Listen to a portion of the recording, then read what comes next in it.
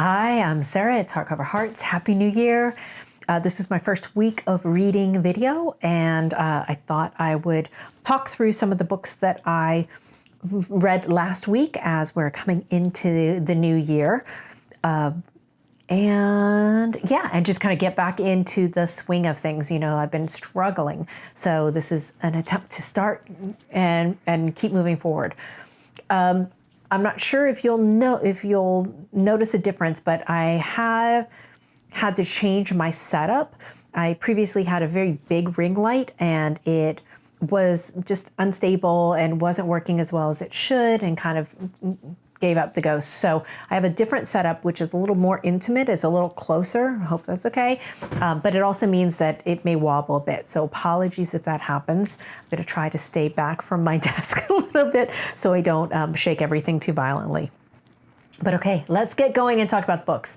I would be remiss if I didn't thank everyone who has joined the 84 Charing Cross Road annual read along. So I do it, this is my first book that I read every year. This is my gift that I was given from my friend Ron when we went to Oxford together. And this is a signed copy of Helene Hanff's 84 Charing Cross Road, my favorite book of all time. So if you don't know, every New Year's Day, I read this book, and I've been reading the French edition of this book for a while now. I'm on the hunt for an Italian version. I know it exists. I tried to order it, but it just, I think it was like Thrift World sent me or Thrift Books actually sent me the French edition again, and not the Italian one. So I'm keeping my eye out for that. But this is a phenomenal book. It's the story of, it's a true story. It's the letters between a woman in New York City who is a bibliophile, loves reading, has very high standards for what she's looking for, and she starts a communication with a bookseller at 84 Charing Cross Road, Marks and Company. Marks and Spencer, absolutely not. And it starts off in 1949, and it goes all the way through to, I should know this off the top of my heart, I've been reading this for so many years. The last letter is 1969. So you get these correspondence and this, what starts off as just a business transactions that turns into true friendship between her and not just the main person that she's communicating with, but also his family and the other people that work there. And it's charming, it's delightful, it's about a love of reading, it's about community, friendship, all the good stuff.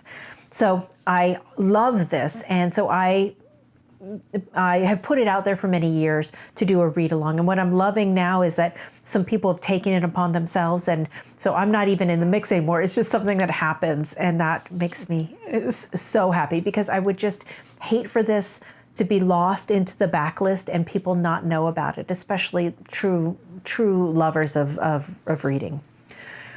Now, what was interesting is I also finished 2 other books that just seem to be in conversation and kind of speaking in the same voice. I think these are kind of sisters, maybe, to Helene Hanff.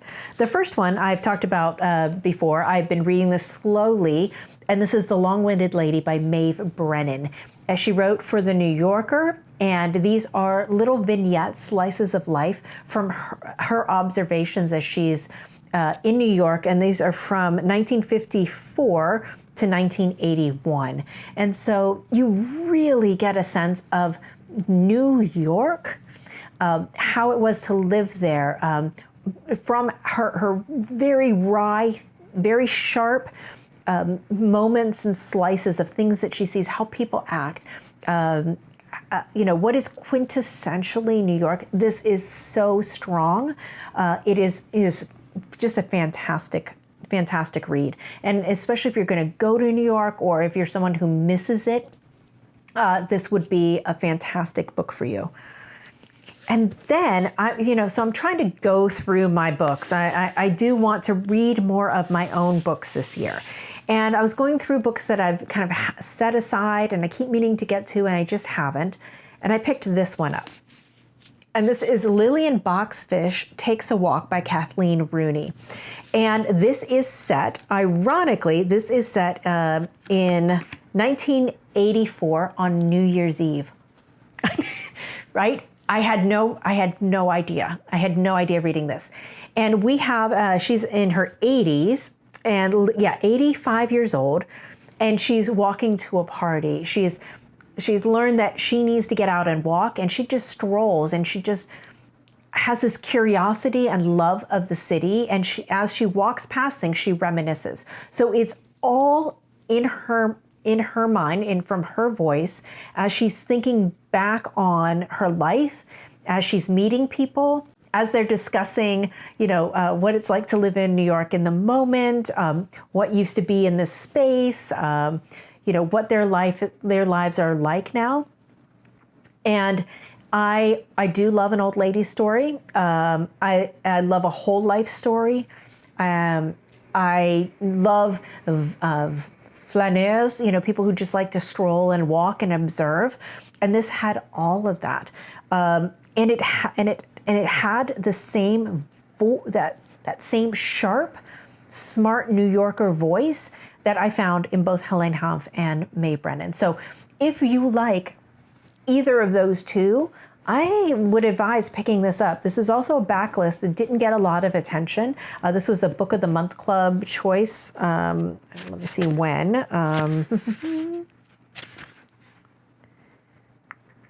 In 2017. So I think it's kind of been lost a little bit, but I thought it was superb. Another superb book. This one's made a lot of people's best of list. Unfortunately, I didn't read it. I didn't finish it last year. I finished it more toward the 2025 versus 2024 days. So this is The Safekeep by Yael van der Wouden. This was phenomenal. Set in 1961 in rural Netherlands. This is really the story of want and possession. And it comes in many, many forms. We meet Isabel, and Isabel she is uptight. She's wound as tight as a clock. She is somebody who needs things to be a very specific way. She lives alone in this very big, grand home. And she has a housekeeper who comes and helps her, but she's very particular about how things have to be done. And she's also very, very paranoid. She's thinking that things are being stolen, they're being taken from her without really a lot of proof. So she's just an intense personality, not very nice, not very thoughtful, but just very intense. She has two brothers. She has Louis and Heinrich. Louis is the oldest, and he's doing well. He lives in Amsterdam and seems to be a playboy. I think he's a financier or something like that. So he's just living this bon vivant life. And he reaches out because he wants his brother and sister to meet his new girlfriend. Heinrich is her other brother, and he's a gay man who lives with his partner, Sebastian. And there's some tension in the relationship. He and Isabel have always been closer than either of them have been with Louis. But when the mother was dying, because of some relationship issues and disappointments and frustrations in the family, Heinrich was not really there for Isabel or her mother when she died, and Louis just, of course not, because he was never going to be. And so that's really put a strain on Heinrich and Isabel's relationship, but they're the closest. They go to meet, have dinner, and to meet this woman, Eva, and Eva is just so completely, in their eyes,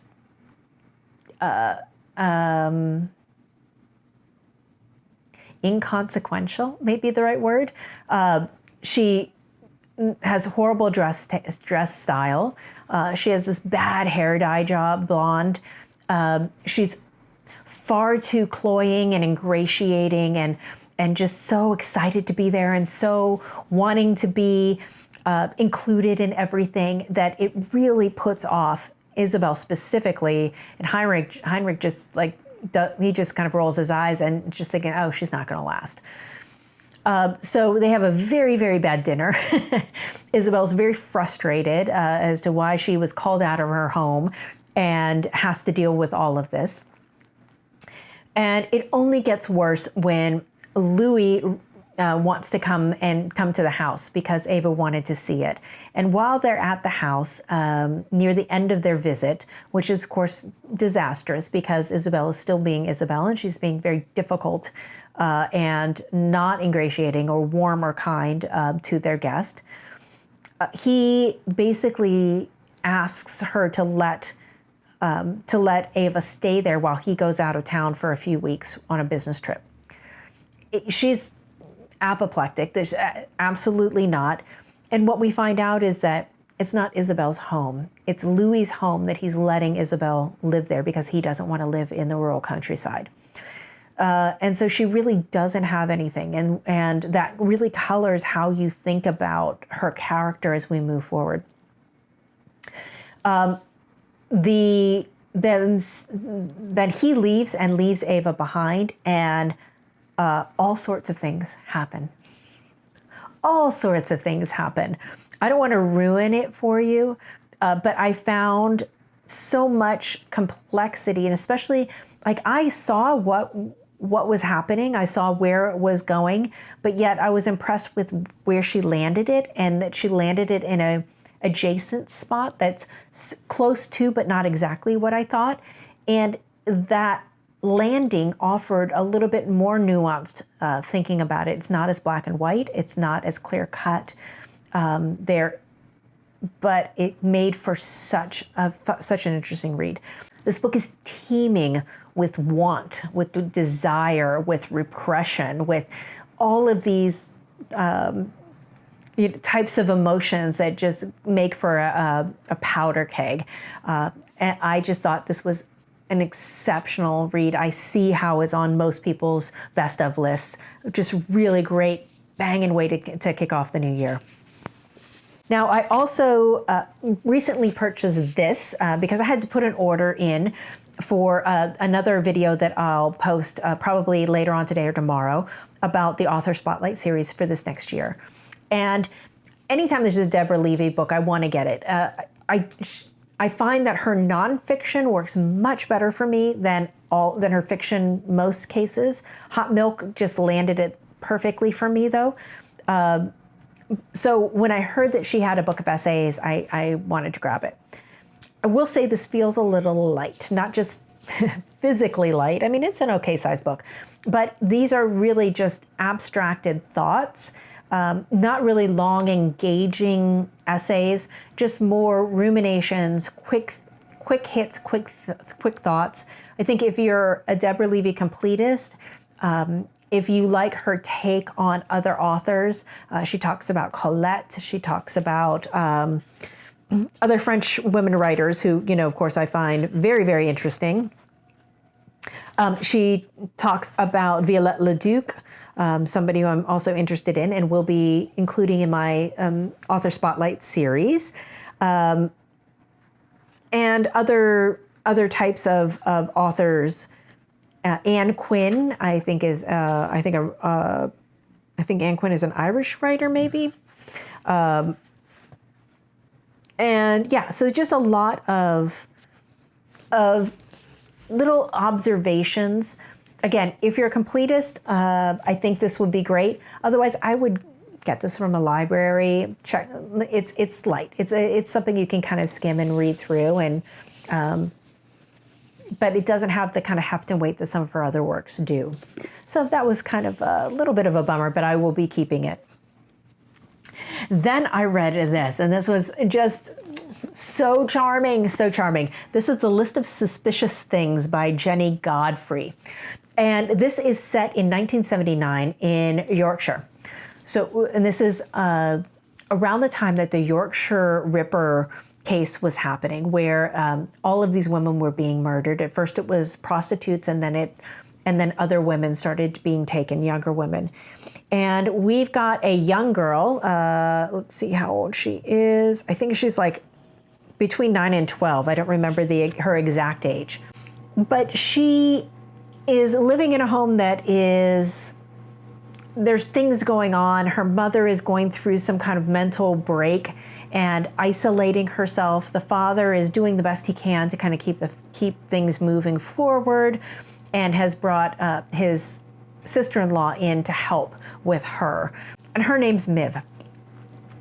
Maeve is precocious. She is curious, she's precocious, she wants to know everything. And she's kind of an oddball, but she's got a best friend who's kind of straddles the cool kids, and who's beautiful, just a young, beautiful girl named Charing. And she's been taken under Sharon's wing, and they have this lovely, beautiful friendship. Well, she overhears her father and aunt talking about that maybe it's too dangerous right now. Maybe they should be looking for other opportunities. Maybe they should move. And she is so freaked out by this idea because she does not want to leave her best friend. It's one of the few things that she has that's solid in her life and positive. And so she assumes that it's because of this Ripper. And so she and Charing go on to create a list of suspicious people and suspicious things and start their own investigation. And being somebody who loved the Nancy Drew series growing up, this kind of fit right in that vein, and has also used some really good resources from the time that the Yorkshire Ripper was happening. So I ate this up. I thought it was great fun. It was a perfect palate cleanser for some of the other books that I read. So yeah, so that's what I read. So I'm currently continuing to read through this very slowly. This is Table for Two, Amor Towles. These are short stories, and I understand there's a novella kind of hidden in here. So I'm just taking my time with this, but enjoying it so far. I'm having a lot of problems with this one, a lot of challenges with this. This is what I'm reading for my In Real Life book club, and it's Kairos by Jennie Erpenbeck. As you can see, I am more than halfway through. I'm about, I would say, 2/3 of the way through. And we had book club yesterday, and I had to admit, I didn't finish it in time because I didn't want to. I've hit a wall with this book.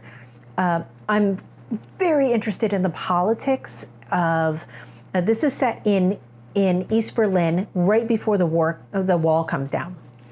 And that is fascinating, a fascinating point in time. But I am so over these characters and their love story.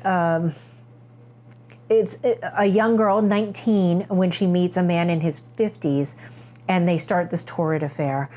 And yes, there's power dynamics and power shifts between them, but it is so repetitive. Seeing her in this very vulnerable young position, and him being so much older and so much more aware of what's happening, and manipulating the situations, giving her false senses of outs, and that she has all the cards, she could leave whenever she wants. These false exits for her to be able to take up just wore me down. And I get it. That's the metaphor. That's the metaphor for the political system that they were living in. And I got to a part where they are taking a trip to Moscow, and I just was like, I don't know if I can continue to go on. But I met with the book club yesterday. They understood my position, but they said that what she does with the crumbling of the wall and the actual opening up of East Berlin is very interesting. And knowing me the way she does, one of them was suggesting that if I so choose, I could continue and see where it goes. So I might skim a little bit more and see. But yeah, just very interesting. And having just read, we just finished, let me see if I can find it here. I have a stack of books. Just finished this, and we just started talking about it in our Author Spotlight series today. This is Irmgard Coin's Gilgi, One of Us. I think I pronounced that right, Gilgi. This was phenomenal. This was written in 1931. This is her debut novel. And this is about Gilgi, who is a young kind of modern woman in Berlin. And she wants to have her own job, have her own money. She has a room of her own that she writes in. She is studying multiple languages. You know, I loved that.